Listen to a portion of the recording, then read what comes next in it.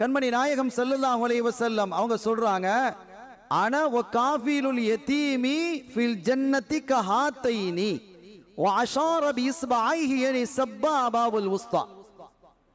நானும் அனாதைகளை யார் பராமரித்தாரோ அவரும் சுவனோகலகத்தில் இப்படி இருப்போம். இந்த ரெண்டு விரலை சுட்டி காட்டுறாங்க.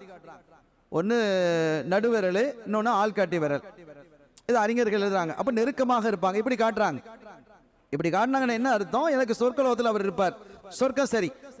இன்னொன்று என்ன, எனக்கு நெருக்கமாக இருப்பார்.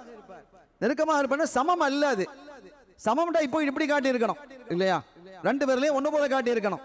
ரெண்டு ஆள்காட்டி விரல காட்டி இருக்கலாம், அல்லது ரெண்டு பேர்லையும் ஒன்னா காட்டி இருக்கலாம்.